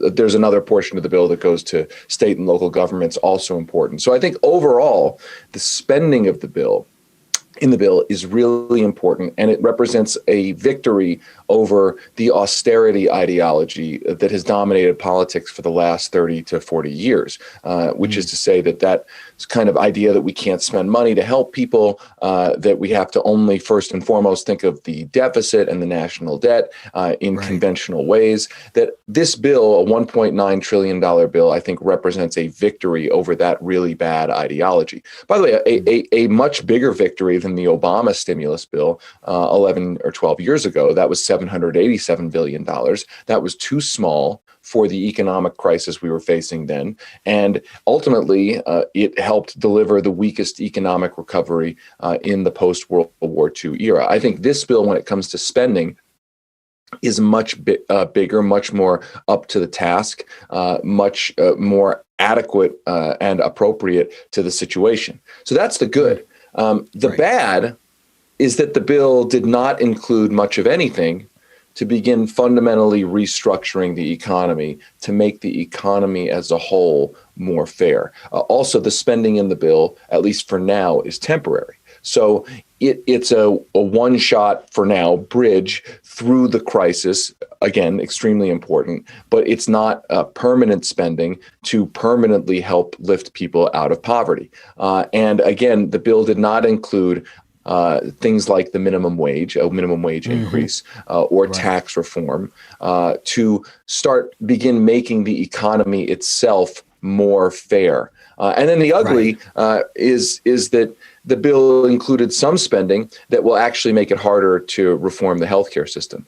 Instead of putting a public health insurance option into this bill, a public health insurance option was promised by Joe Biden, was promised by every Senate candidate running for Senate in 2020. Instead of putting that in there to start restructuring the healthcare economy, the bill spends about $40 or $50 billion to simply subsidize people to get private health insurance on the ACA exchanges. So essentially fortifying and strengthening the private insurance industry, an industry that those exchanges, by the way, we have seen insurance companies deny 1 out of every 6 claims, medical claims, when you're on an ACA exchange. The ACA private insurance plans are marked by higher and higher out-of-pocket costs for people who are being covered. Is coverage better than nothing? Sure. Could the bill have included a public health insurance option or extended Medicaid or Medicare? And it didn't? Yeah, right. It did not. It excluded those things. It put into the bill the lobbyists' plan, and we reported that at the Daily Poster, that literally healthcare lobbyists put together this plan. This was their proposal, and that was put into the rescue plan. And again, it strengthens the power of the private insurance industry. And I would argue politically makes it harder to argue now, moving forward. Now we have to do Medicare for all or a public option or something that's much better. Right. All right. So let's unpack it a little bit. Actually, before we unpack it, let's talk about the politics of it. Right. Let's talk about the machinations that were necessary, the reconciliation in order to make it happen, particularly as it pertains to anything else. Right. We aren't going to get the help of Republicans on anything that is meaningful, and so the question now becomes, moving forward for any legislation, is the Biden administration going to be willing to address the filibuster, or are we going to now be pigeonholed to only being able to use the same technique when we have the opportunity to present itself? What do you think about that? Well, that's a really good question, and that's why it's so important. That's why it was so important to try to put some of these things that I just talked about in this bill, right? I mean, I've heard some people say, well, why do you need a minimum wage increase in the American Rescue Plan? Why do you need a public health insurance option in the American Rescue Plan? They can do that later. Now, first and foremost, I would argue that healthcare reform and raising the minimum wage is actually important to rescue people right now. It is a short term, but what was it that half of people who work in minimum wage jobs, those are jobs that are considered essential for the country, essential for getting through the pandemic. But even if you accept the notion, okay, listen, somehow the minimum wage or the public health insurance option don't need to be in this particular bill because they're not necessarily part of short-term stimulus. The problem with that argument is that this bill was brought up under the reconciliation process, and under existing Senate rules, as you allude to, the reconciliation process, which can only be used in very limited cases, but the reconciliation process allows legislation to pass through the Senate on a simple majority vote. So the point, in just the straight up political point, in terms of the Senate rules of adding something like the minimum wage or a public health insurance option to this bill, was that this was one of the only bills under existing Senate rules that could pass with only 51 Senate votes. So anything that's not in this bill under existing Senate rules and outside of another reconciliation process, which for sure could happen in 1 year from now, in the next congressional year. But anything other than that has to basically typically face a 60 Senate threshold, a 60 vote Senate threshold, which is the filibuster. So there's this, we'll put a standalone minimum wage bill on the floor, next week. Well, the Republicans have enough votes to filibuster it. So that's a long way of saying, if you do not get rid of the filibuster, then anything that wasn't in the American Rescue Plan faces a much more difficult path to ever seeing the light of day. Biden has, up until now, said he does not support necessarily reforming the filibuster, but he's starting to change that. I saw a comment, I think yesterday, his chief of staff on, I think it was Mehdi Hassan's show, started alluding to the idea that Biden maybe doesn't want filibuster reform, but wouldn't necessarily stand in its way. Now you have Joe Manchin, who has said he would never support getting rid of the filibuster. Now he's at least saying that maybe they could tweak the filibuster to require it to be what's known as a talking filibuster. Right now, there's not just a filibuster.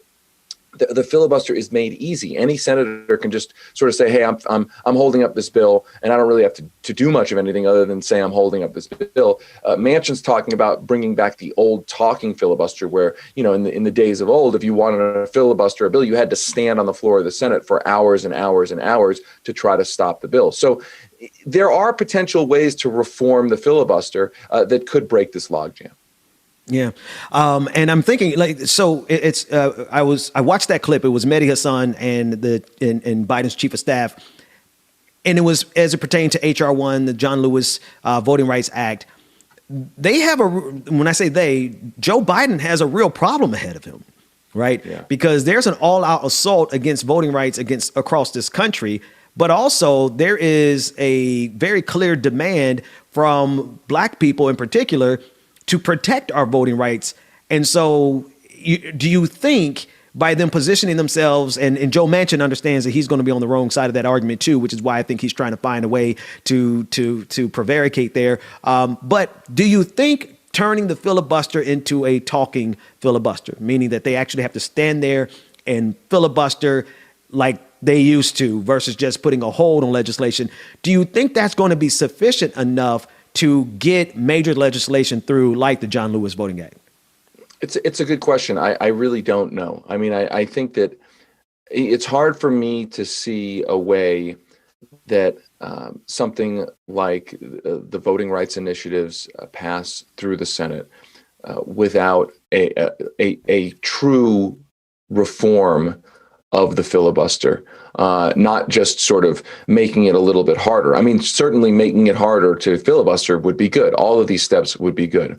But it's hard for me to see a full way around this unless they change the rules of the Senate. And look, right. I do think that, you know, the concern about getting rid of the filibuster is what happens when Mitch McConnell is Senate Majority Leader again.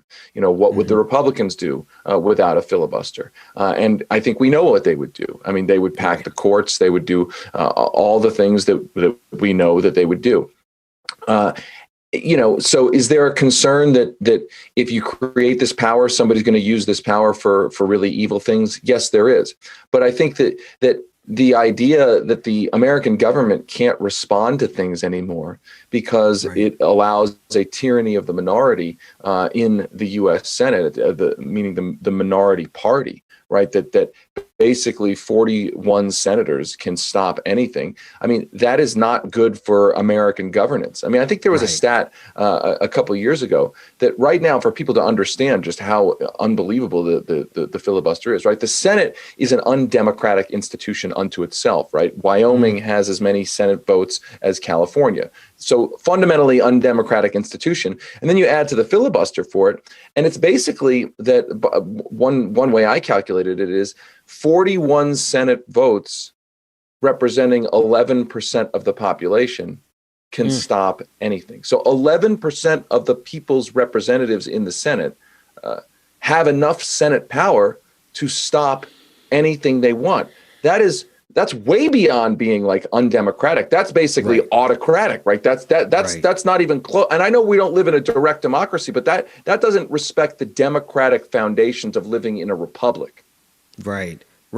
And so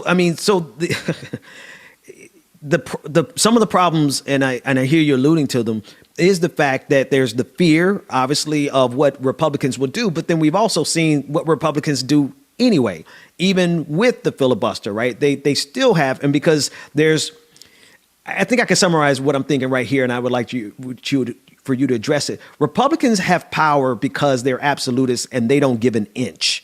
Right? They understand the power of moving as a political bloc when they're in the majority and when they're in the minority. And yet we still have Democrats who become stumbling blocks. Manchin, Sinema come to mind, right? There's more. You had the 8 that voted against the $15 an hour minimum wage.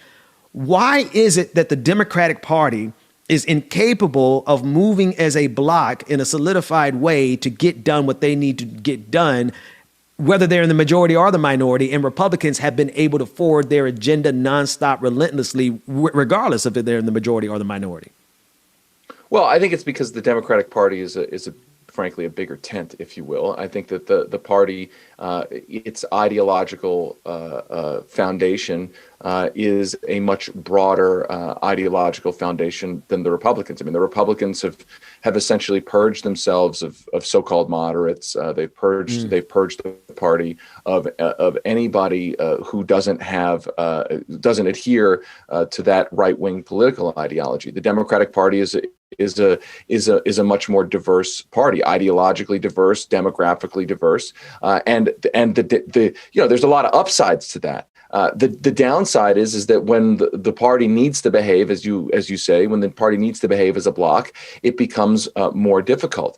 I do think what's disturbing. Let's go back to the $8 minimum wage, or excuse me, the eight senators who voted against the $15 minimum wage. What's disturbing is what the party cannot behave as a fully unified bloc on. There are certain things. So like the fact that there were 8 Senate Democrats to vote against something that should be as foundational as raising the minimum wage, that really signals it's not just an ideological diversity, that there is potentially ideological division in a sense that's problematic. Will that division exist when it comes to voting rights? I don't know. I think you're going to see some of these senators that you mentioned, Joe Manchin, maybe Kristen Sinema, try to separate their views on the filibuster from their views on the specific issues. But those things are inseparable, right? Like there's going to be an effort to say, look, I support the voting rights stuff, but I support necessarily fully getting rid of the filibuster because I believe in the so-called the institution. And I think what I'm trying to get at here is that ultimately you cannot separate those things, right? That those things are all connected. You cannot support an undemocratic institution that will not allow things to move forward and then pretend that you care about the specific things that need to move forward. You cannot say, I support a minimum wage, I support voting rights, I support all of these other progressive priorities, but I also support fortifying and keeping in place the barrier to any of those things happening, right? That is in fundamental conflict. And ultimately, these senators are going to have to choose. It's the old saying from organized labor. They're going to have to choose which side they are on. Absolutely. David Sirota, journalist, columnist, and founder of the Daily Poster. Thank you so much for joining me today. Thank you. Thanks for having me. Anytime. Pleasure's ours. James, I was going to say take us to a break, but I mean, we're at the end of the hour, man. What you got? What you got for me over there? We got some jams for us to take us out for the rest of the day? Oh yeah, man, I do, man. Did you watch the Grammys? I didn't. No. But shout out. Of course, I follow Megan Thee Stallion, so shout out to her for getting that Best New Artist, right? Artist of the Year. Yeah, Best New Artist. Shout out to Nas. Nas got one for the first time. Record of the Year. Yep, Nas got one. Beyonce, my queen, she got her 28th Grammy, making her the all-time winningest Grammy winner ever. Wow. Yeah. The Queen graced the television last night. So it was a great Sunday night. I like to joke about a whole lot of stuff, but one thing I can't afford to joke about, because we don't have time to handle the Beehive, I would never make a joke about Beyonce. What's hilarious, Ben, is I was having a conversation with somebody last night, and they were like, they're going to get on the show, and in the comments, they're going to say something bad about Beyonce. I'm like, don't you come on this good show and don't y'all do that. Y'all not bees swerving around here. Don't y'all do that. No, we got enough fights. We got enough battles. I'm trying to stay out of some of these fights, so don't y'all bring. Now I do anyway. I was gonna talk about another hive, not the Beehive. I don't care about the other hives, but anyway, I digress. Hey, David Sirota, thanks so much for joining us today. Mike Elk, thanks so much for joining us. Rebecca will be back on Wednesday. Tomorrow we have an amazing lineup of guests. James, I'm turning it over to you, brother. Take it away. Yes, sir, Benjamin. Have a good day, sir. As usual.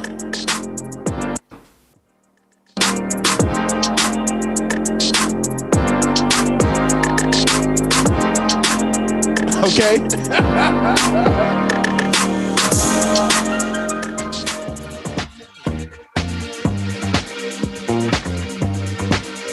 Just another sunny day in Southern California. It's where the people came to play. Don't let them transform you. Come and see what you've been missing on a little slice of heaven. Yes, Rihanna Navy. Fan of Rihanna too.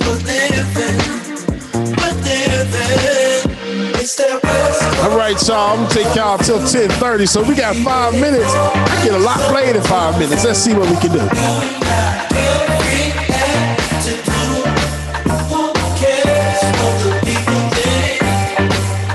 It's been turning kind of gray in Southern California, but I'm allergic to the rain. What happened to euphoria? Make sure that you hit that like button before you leave out. Make sure you hit that like button before you leave out. And go ahead and subscribe so you know when Like It or Not is going down, y'all. It's all or nothing, no other signs. Socialize.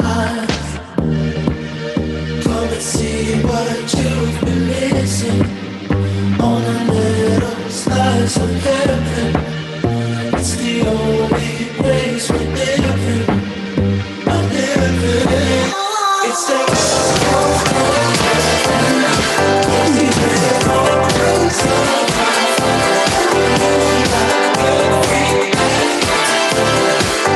Terry Stacy, you're quite welcome. It's Friday night and you are beautiful. The feeling is magic. I am so lucky to be. Nick, I got you, man. 'Cause when it's been a rough day and I stare at the walls surrounding me, I let go of my thoughts and I go with you. You're a believer in a life that's less dramatic. You're a believer in a world that's filled with magic. Let's go dancing till the sun comes up again.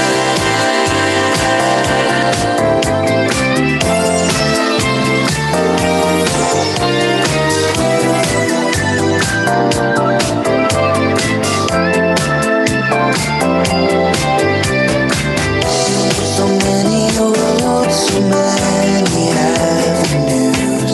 Oh, where they take us, such a thrill to ride with you. Bye, mama, love you. 'Cause when it's been a rough day and I stare at the walls surrounding me, I let go of my thoughts and I go with you. You're a believer in a life that's less dramatic. You're a believer in a world that's filled with magic. And that's why I love you.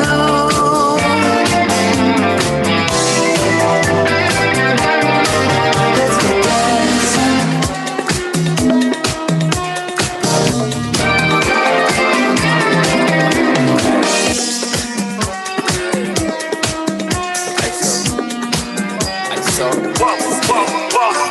Whoa, clear out the room, I'm coming through. They wanna see what I'm about. Yeah, I got skills, do it for the thrill. Justice, you too. Thank you so much. Extra, read about it. I'm today's trying to top it. I put commas over bullshit. Yeah, I put that on mamas. They tryna block all my blessings. They thought I lost the snapping. I bet on me and my team. ISO is what I'm rapping.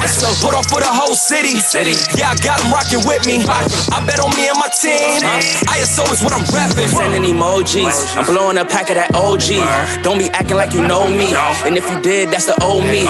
Winter time, rock a cold fleece. Pocket fat, that's obese. Only talking money if it's increased. She give me brain, girl, no teeth. I touch down, bust down. She busted open for a real day. Stay Tommy'd up, trying to build it up, trying to count it up. Susan Bradley. With no low, no. And love you too. Thank you so much. Chase a dream, that's a meal ticket. ISO gang, yeah, they still with us. I put it in motion, they got me steady. Thoughts on my mind, it's weighing heavy. Watch how I shine, tell them I'm ready. I'm hitting my stride, let's get to the Fetty. I was just sitting back watching them fold. Racks on me now, yeah, it's looking slow. I hold it down and I got my own. Keeping it grown, we back to the bone.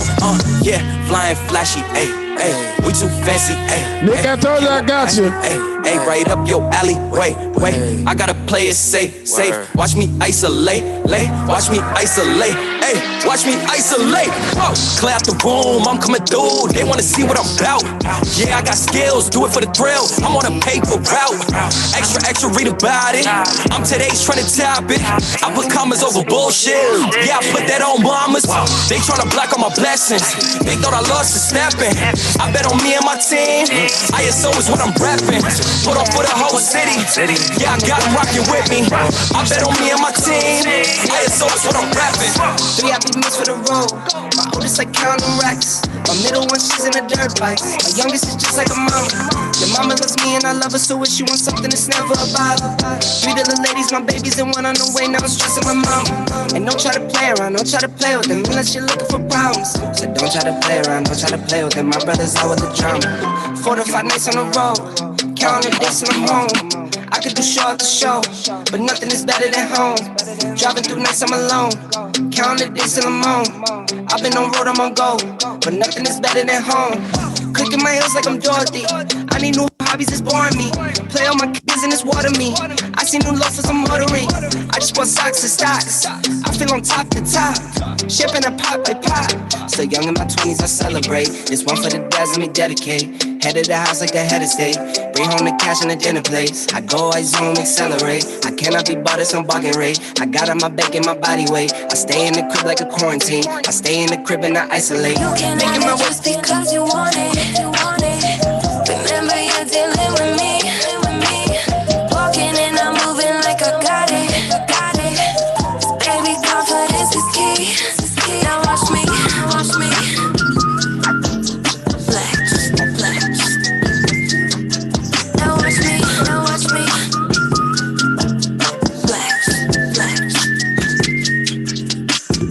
Watch me while I flex. Watch me while I flex. Watch me while I flex. Watch me while I flex. Watch me while I flex. I'm always on my grind. I don't got time for we. All that noise that I hear, I don't need that. I'm free. I got people in my ear. I got places left to see. You got me on your mind, but I'm not trying to be. Now watch me. Flex. Make sure that you're hitting that like button. Make sure that you are hitting that like button. And also make sure that if you want to become a patron and support the show, patreon.com/the BPD show.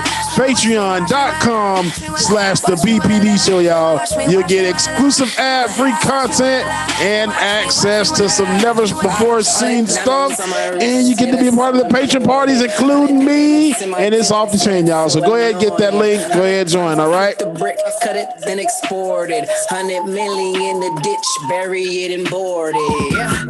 I know what you thinking. All this dirty money got me stinking. Work that girl and sink it. Yeah. Bring that back and keep it. All right, Lions Den, the pod family. This is going to do it for your boy DJ Exclusive, y'all. Awesome show today. Most definitely thank you to our guest that came on this morning. Definitely had a great time. Shout out to Rebecca Free Azor. She will be back on Wednesday. So you got me and Ben tomorrow. But we're gonna keep it funny, keep it classy, keep it all that other good stuff, y'all. It's like it or not. Hey, thank you so much again for joining and watching this morning. Like I said, we hope you enjoyed the show, and we look forward to seeing you in the morning, y'all. Like it or not. Peace out. Mwah! Love you guys. Mean it.